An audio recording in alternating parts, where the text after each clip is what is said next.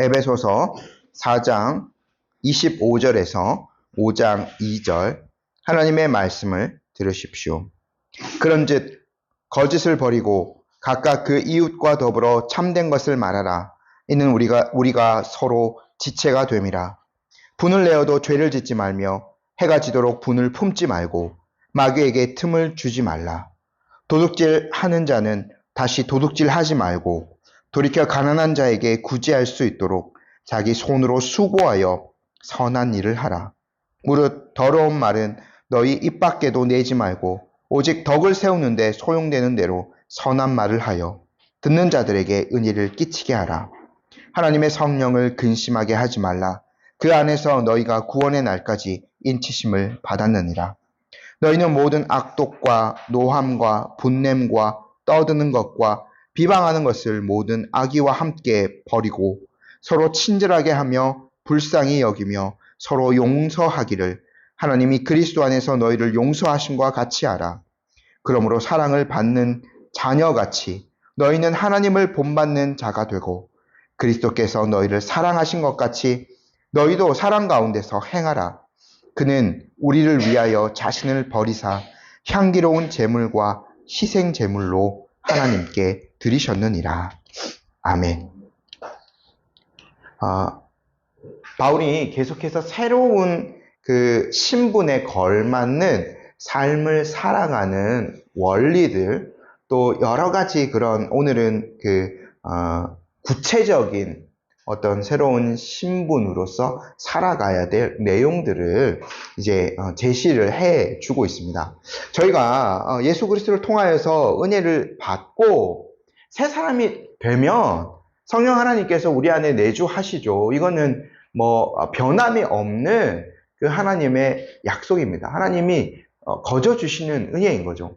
근데 그렇게 성령 하나님께서 우리 안에 내주하시면 우리가 자동으로 그냥 우리의 삶이 온전히 그리스도를 따르는 삶으로 변화되어지면 얼마나 좋겠습니까?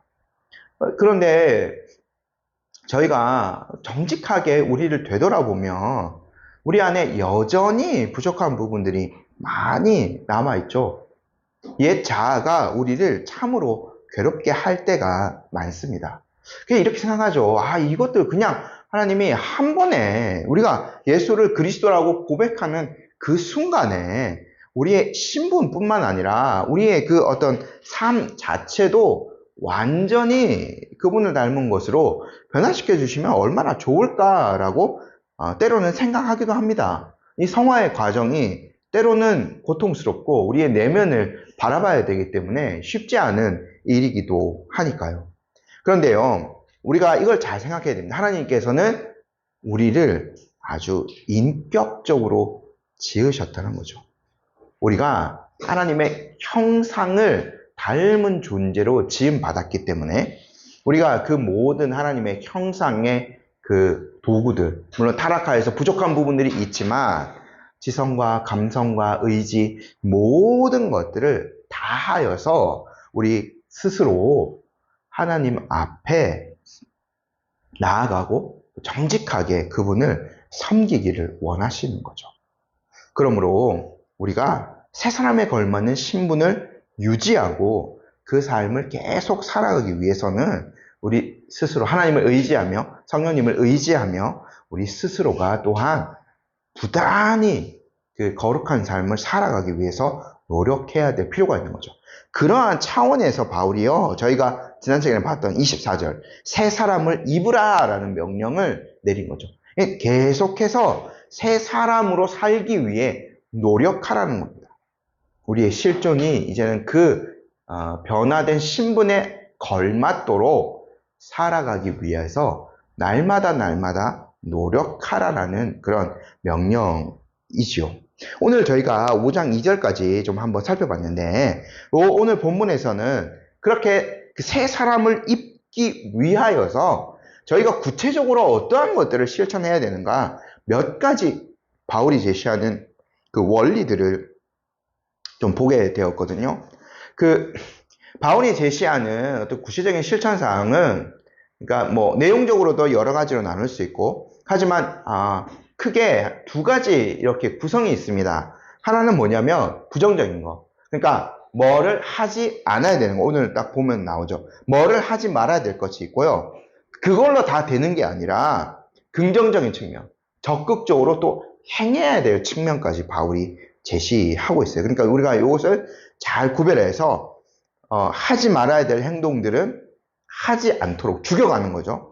예, 해야 되는 거고요. 또 어떤 행동들은 적극적으로 행해야 돼. 이건 살리심인 거예요. 요 두 원리들을 이렇게 잘 행해야 됩니다. 첫 번째 바울이 뭘 제시하냐고 그러면 언어에 관련된 것들을 바울이 이야기해요. 25절 말씀 다시 한번 읽어볼게요. 그런즉 거짓을 버리고 각각 그 이웃과 더불어 참된 것을 말하라. 이는 우리가 서로 지체가 됨이라. 언어 생활, 말하는 것 첫 번째 25절에 나오죠. 언어 생활에서 하지 말아야 될 것들, 거짓을 말하지 않는 겁니다. 또 적극적으로 행해야 될 부분들은 참된 것을 말하는 거예요. 바울이요, 이 첫 번째에서 언어 생활, 특별히 거짓말에 대해서 이야기하는 이유가 분명히 있는 것 같아요.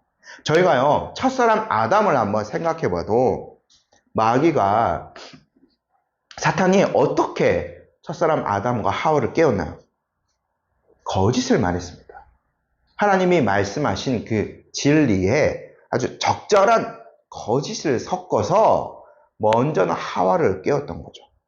그래서 창세기 3장 말씀을 저희가 생각해 보면 사탄이 와서 하와에게 3장 1절에 하나님이 참으로 너희에게 동산 모든 나무의 열매를 먹지 말라 하시더냐.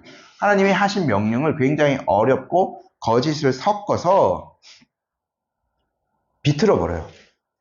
하나님은 모든 것들을 다 허락해 주셨습니다.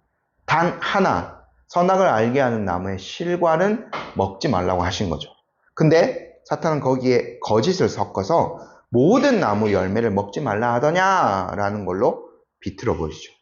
그리고요, 또 뭐라고 말하면 창세기 3장 4절 5절 제가 한번 읽어드릴게요. 뱀이 여자에게 이르되 너희가 결코 죽지 아니하리라. 너희가 그것을 먹는 날에는 너희 눈이 밝아져 하나님과 같이 되어 선악을 알 줄 하나님이 아심이니라. 완전한 거짓을 이제는 그 하와에게 말해버립니다. 하나님은 정령 죽으리라 말씀하셨죠. 그 선악을 알게 한 나무를 먹을 때는, 열매를 먹을 때는. 근데 뱀은 죽지 않을 거다라고 하나님의 말씀을 완전히 거짓으로 만들어버리는 거죠. 하나님을 거짓말쟁이로 만들어 버린 거예요. 이렇게 하와를 깨웠던 거죠. 그러니까 참으로 이 거짓과 타락은요, 밀접하게 연관되어져 있는 거예요. 그래서요, 바울이 이 에베소 성도들에게 먼저 언어 생활들을 제시한 것으로 보여져요. 내가 진짜 과거와 정말 다른 사람이 되었는가? 진짜 내가 새 사람이 되었는가? 이것을 알아보려면 언어 생활을 살펴봐야 되는 거죠. 정말 진실된 말을 하고 있는가? 거짓을 말하지 않는가? 이렇게 되는 거죠. 바울이 2장 1절에서 저희 2장 1절 말씀 자주 이야기하는 것 같은데, 그는 허물과 죄로 죽었던 너희를 살리시고, 허물과 죄로 죽었던 자들이에요. 그리고 2절에 보면 세상 풍조를 따르고 공중의 권세 잡은 자를 따랐다라고 얘기하죠.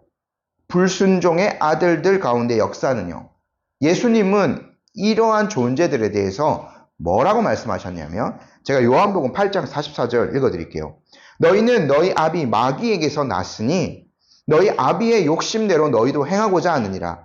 그는 처음부터 살인한 자요, 진리가 그 속에 없으므로 진리에 서지 못하고 거짓을 말할 때마다 제 것으로 말하나니 이는 그가 거짓말쟁이요 거짓의 아비가 되었습니다. 예수님은요, 그 공중의 권세 잡은 자, 불순종의 아들들 가운데 역사하는 이러한 존재들을 향하여서 거짓말쟁이, 거짓의 아비라고 표현하셨습니다. 그러니까 이러한 영적인 존재들의 지배를 받고 살아가는 사람들이 거짓말을 일삼는 것은 당연한 거죠. 죄인들이 본성적으로 거짓말을 잘하는 이유가 바로 그거예요.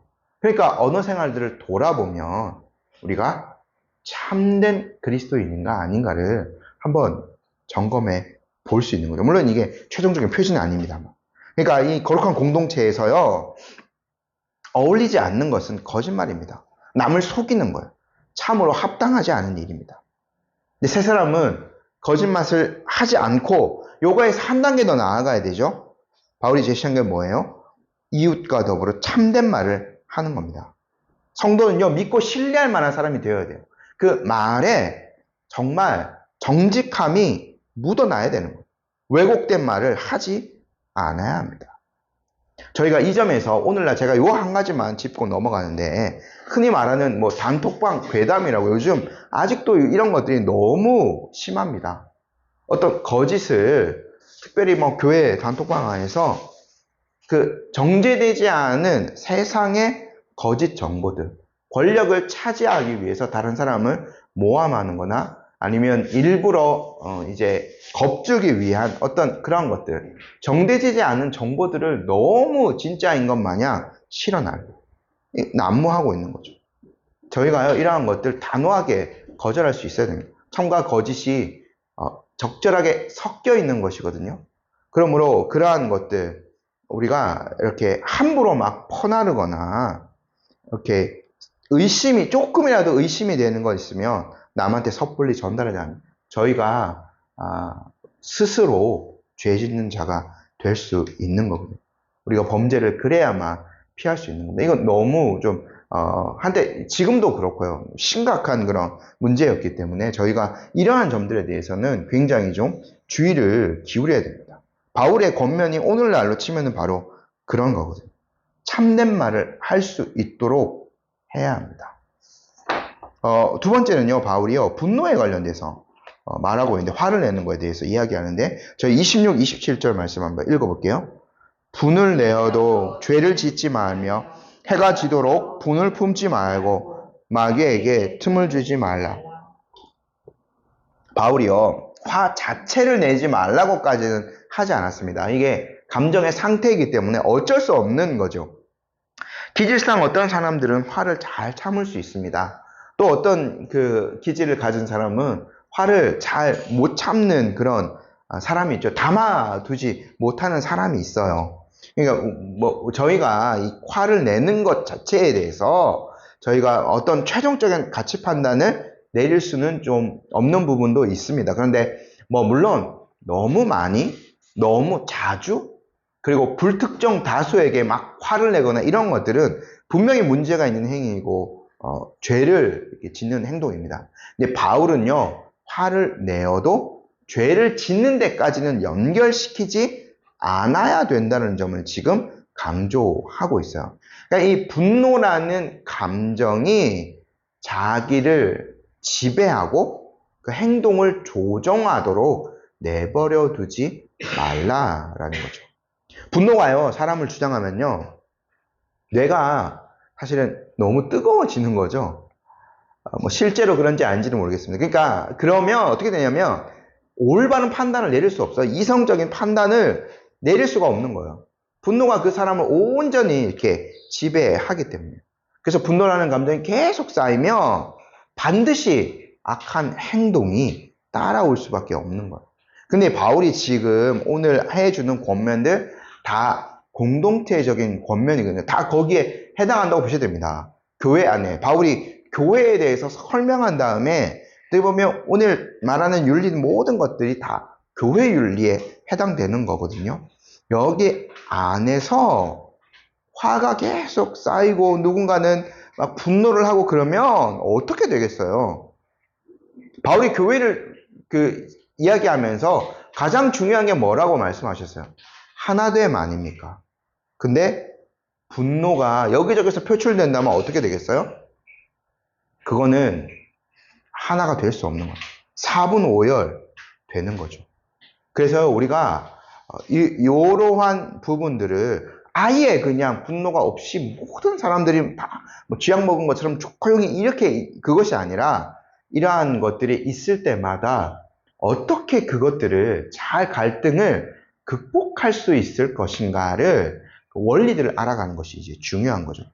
바울은 하나 얘기하죠. 뭐요? 오랫동안 분노를 품지 말라는 거예요. 27절에 26절에 뒷부분에 해가 지도록 분을 품지 말라 얘기합니다. 만약에 분노를 오래 품으면 어떻게 된다고요? 27절에 마귀에게 틈을 주는 거예요. 이 틈이 뭐냐면 기회죠. 마귀에게 기회를 주는 거예요. 하나님께서는 교회의 하나됨을 계속해서 원하시는데 마귀가 교회를 분열할 기회를 찾는 거죠. 가장 좋은 것이 뭐냐면 분노라는 겁니다. 그래서 어떤 그 큰 문제가 아닌, 그러니까 진리에 관련된 문제라면 우리가 반드시 이거는 싸워야 될 영역인데 진리에 관련되지 않은 문제로 서로 분을 내고 다툼을 한다. 이거는 마귀가 기회를 잡는 겁니다. 그래서 바울이 뭐라고 얘기해요? 해가 지도록 분을 품지 말라라고 이야기하는 거예요. 하루를 넘지 않는 거죠. 교회 안에서, 가정 안에서도 우리가 이것을 좀 명심해야 됩니다. 그 기간을 넘으면 하루가 지나고 이틀이 지나고 하면 계속해서 오해가 쌓이게 됩니다. 분을 내고 이것들이 해결 안 되면 거기에서 또 저 사람이 왜 이런 반응을 하지? 아니면 왜 반응이 없지? 이러면서 계속해서 오해가 쌓이게 되는 거고 서로 계속해서 다른 방향으로 갈 수밖에 없는 거죠.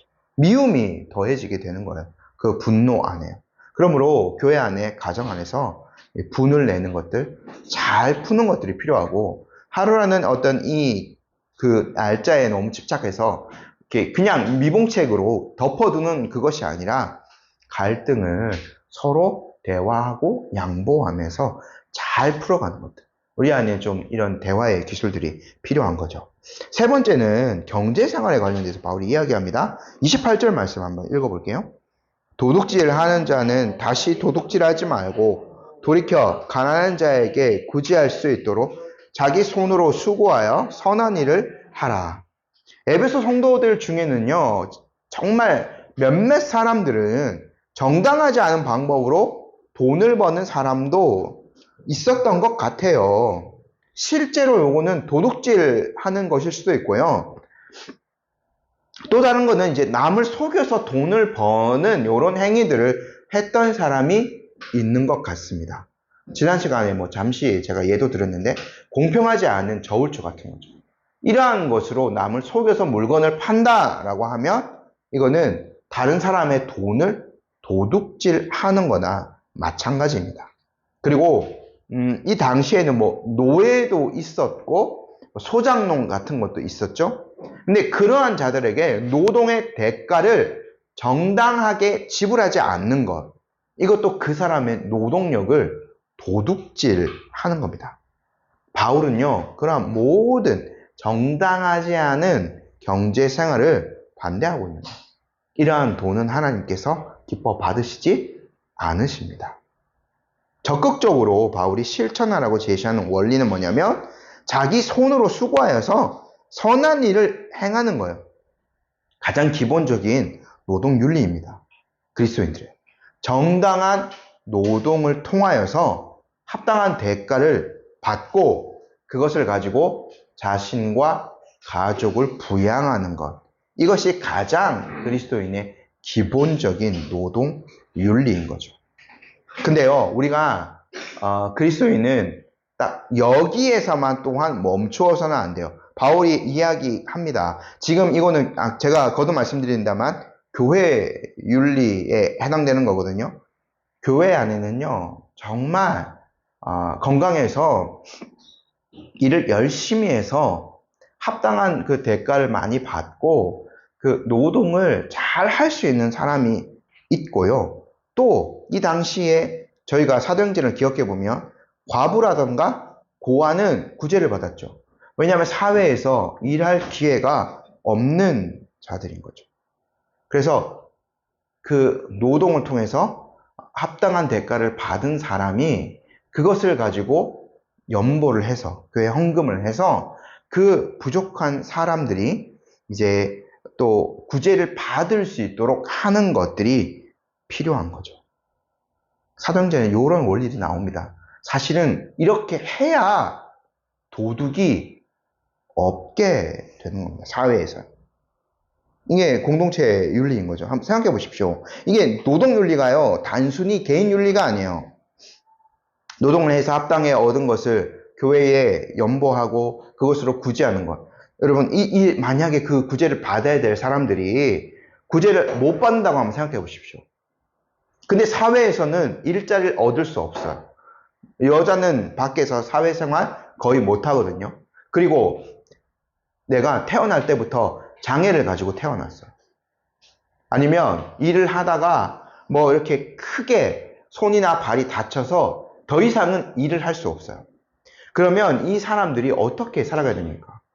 이 당시에 하루하루 생활하면서 일하면서 겨우 살아갈 수 있는 그러한 사람들인데, 예수님의 비유에도 그 포도원 그 일꾼의 비유 있지 않습니까? 하루하루 벌어서 품삯을 받아서 집에 가정을 부양해야 되는 그런 사람들이 많은데 다치거나 장애인이거나 이래서 일을 못해요.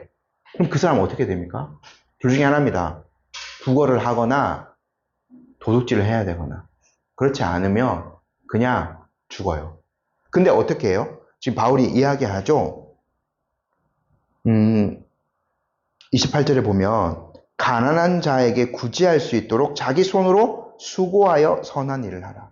열심히 일할 수 있는 사람이 더 많이 일을 해서 충분한 돈, 자기의 가정을 부양하고 남을 섬길 수 있을 만큼 그렇게 열심히 일을 하여서 구제를 해야 되는 거예요.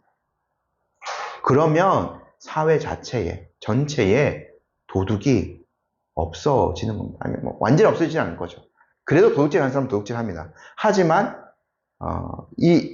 어쩔 수 없이 생계형 어떤 범죄들, 이런 것들은 이제 줄어들게 되는 거죠. 구걸하지 않을 수 있어요. 그런 사람들. 그러니까 우리가 이런 것들을 잘 생각해야 됩니다. 우리가 일을 할 때나 경제생활을 할 때나 교회 헌금할 때나 단순히 뭐 어떤 그냥 뭐 헌금 뭐 이 정도 내가 책정했으니까 이 정도 드리고 뭐 그것도 이제 하나님 앞에 드리는 것들 굉장히 훌륭합니다만, 이렇게 해서 더 다른 사람들을 섬길 수 있고 사회 전체가 이 교회 안에 있는 사람이라도 이렇게 가난한 사람들이 없이, 또 남의 것 도둑질하는 사람들이 없이 할 수 있는 것까지 우리가 바라볼 수 있어야 되겠죠. 네 번째, 바울이요, 다시 언어 생활을 이야기합니다. 29절 말씀 함께 한번 읽어볼게요. 무릇 더러운 말은 너희 입 밖에도 내지 말고 오직 덕을 세우는데 소용되는 대로 선한 말을 하여. 성도는 더러운 말 해서는 안 됩니다. 좀 더 구체적으로 말씀드리자면 모든 종류의 불평들, 중상, 뒷담화죠.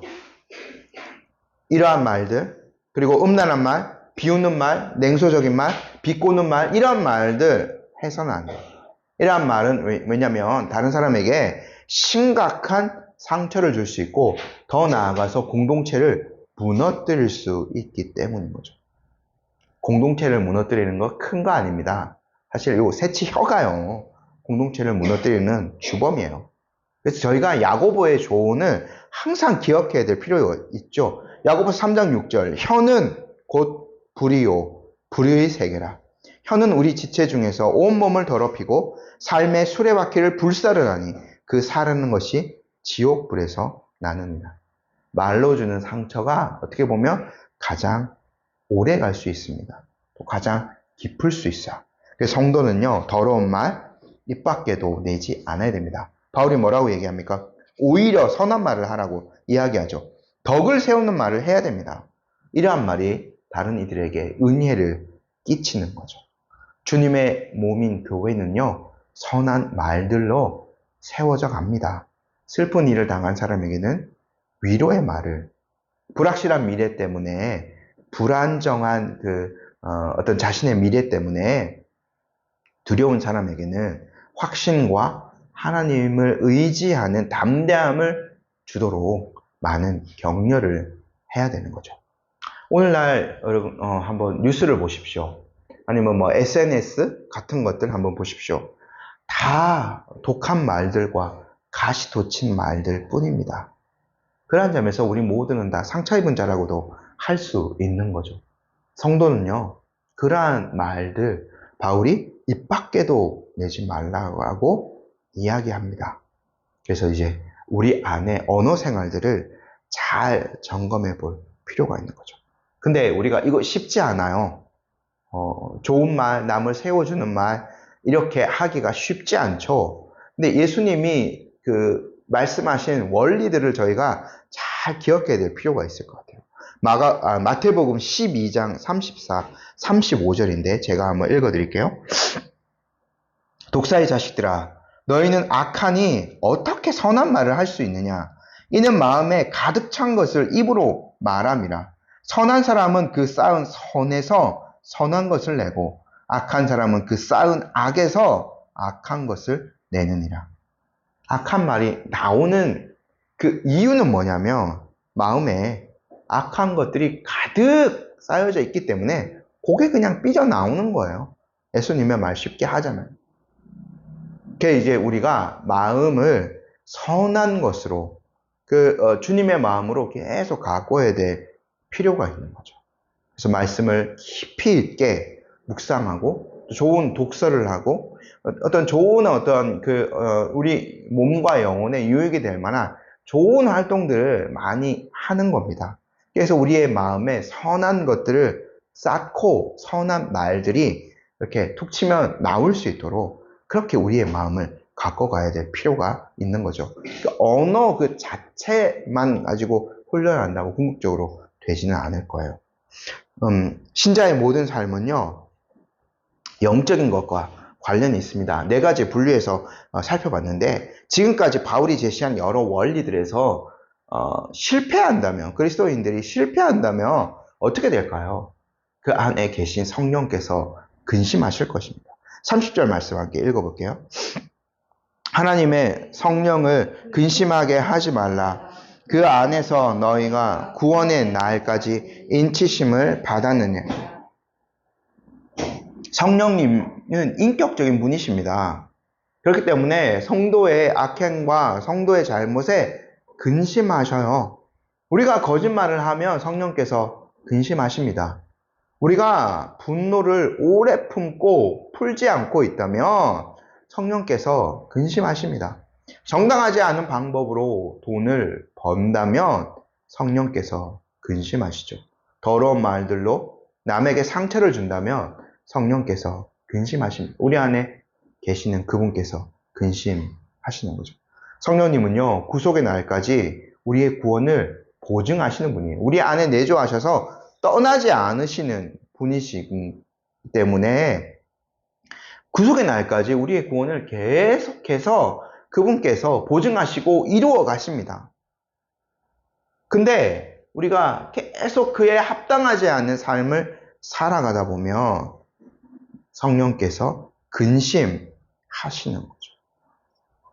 우리가 우리의 생각과 마음과 여러 행동들을 잘 가꾸어 가야 될 필요가 있습니다. 아까 예수님께서 말씀하신 것, 내면에 있는 것들, 그 마음에 있는 것들이 선해야 이러한 것들을 잘 우리가 행할 수 있거든요. 그래서 바울이 31절 말씀 이렇게 이야기하는 겁니다. 같이 한번 읽어볼게요.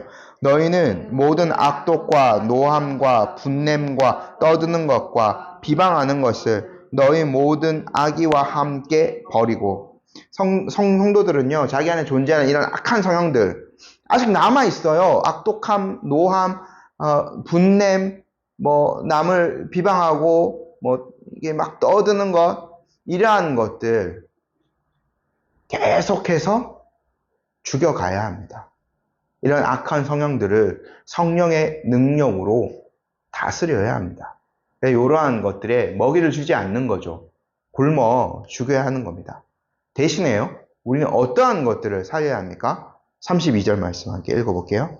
서로 친절하게 하며 불쌍히 여기며 서로 용서하기를 하나님이 그리스도 안에서 너희를 용서하심과 같이 하라.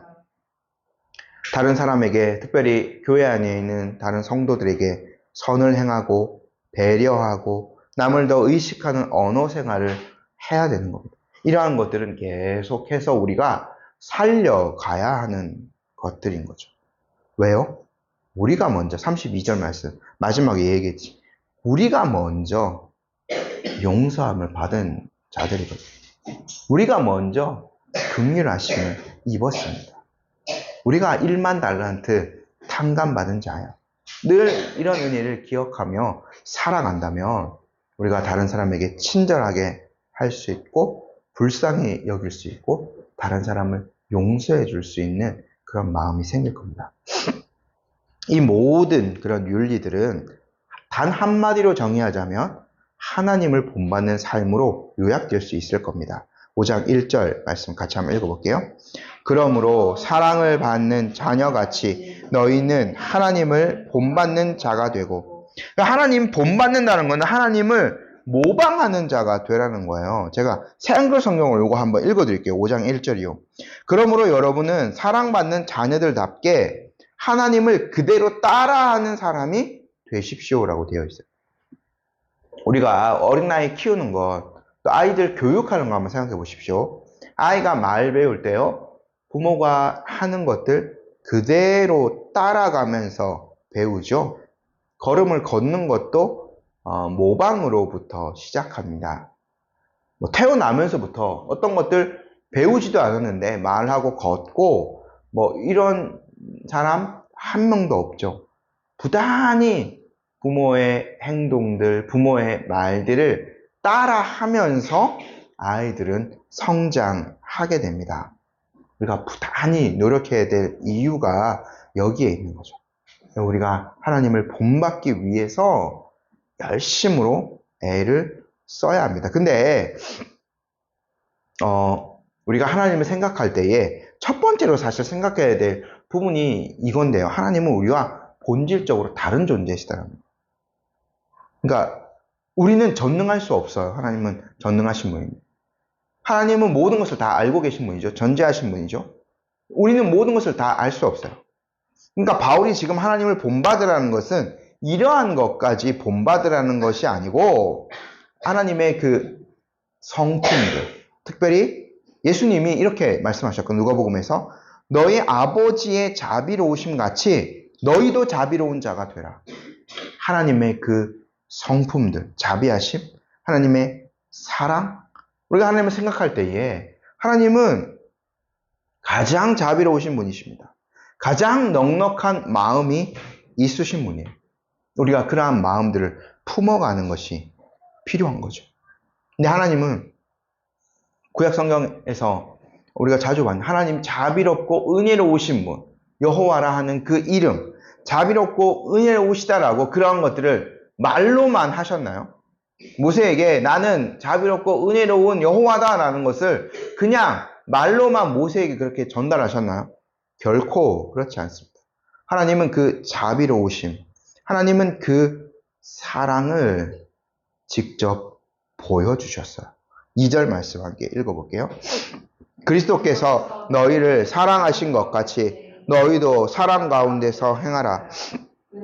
우리를 위하여 자신을 버리사 향기로운 제물과 희생 제물로 하나님께 드리셨는. 일단 첫 번째, 성부 하나님께서는 우리의 죄에 대한 대가를 치르기 위해서 자신의 독생하신 아들 성자 예수 그리스도를 주셨습니다. 참으로 귀한 사랑인 거죠. 그분께서 오셔서 어떻게 했나요? 죄악과 거짓에 사로잡혀 살던 우리 자신을 위해서 온전한 제물로 자신을 바치셨어요. 피 한 방울 남기지 않고 온전히 십자가상에서 택한 백성들을 위해서 보배로운 보혈을 다 쏟아주셨습니다. 자기 자신을 기쁘게 하기 위해서가 아니라 택함 받은 백성들, 우리를 위해서요. 바울이 이 얘기 2절 한번 보십시오. 우리를 위하여 자신을 버리셨다는 거예요. 그러니까 그리스도께서 모든 것을 이렇게 주셨습니다. 그 사랑을 입은 자들을 위해서요. 우리가 사랑을 베풀어야 될 모든 이유가 여기에 있는 거죠. 우리가 이런 은혜를 입은 자들입니다. 우리가 이런 성부 하나님의 그 사랑을, 성자 예수 그리스도의 은혜를 입은 자들이에요. 그러니까 다른 사람을 넉넉한 마음으로 품고 용서를 해 줄 수 있는 거죠. 예수님께서요, 그 마지막에 이제 제자들과 함께 식사하시면서 어떤 본을 보여주셨습니까? 그분께서 이제 잡히시기 전날 밤 이 식사를 하신 거죠. 구속을 위한 모든 이제 사역들을 완성하는 바로 그날 밤에 제자들을 불러 모아놓고 식사를 하시기 전에 먼저 하신 게 있죠. 뭐요? 제자들의 발을 씻겨주셨습니다. 제가 요한복음 13장 말씀 한번 좀 읽어드릴게요. 몇 구절. 너희가 나를 선생이라 또는 주라 하니 너희 말이 옳도다. 내가 그러하다.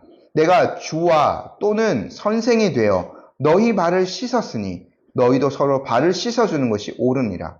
내가 너희에게 행한 것 같이 너희도 행하게 하려 하여 본을 보였노라. 이런 예수님께서 제자들의 발을 씻겨주셨습니다. 왜요? 그들이 서로 사랑하고 용서하고 품어주는 삶을 살도록 하시기 위해서요. 이 제자들, 발 씻긴 제자들, 이때 가룟 유다 도망가기 전이거든요. 심지어 가룟 유다의 발까지 예수님은 다 씻겨주신 거죠. 그러니까 그만큼 예수님은 온전한 사랑의 본을 보여주셨어요. 우리가 이런 사랑을 입은 자들인 거죠. 바울도요, 자신이 그렇게 헌신할 수 있었던 이유, 그리스도의 사랑이 우리를 강권하시는도다라고 고린도 후서에서 이야기하지 않습니까?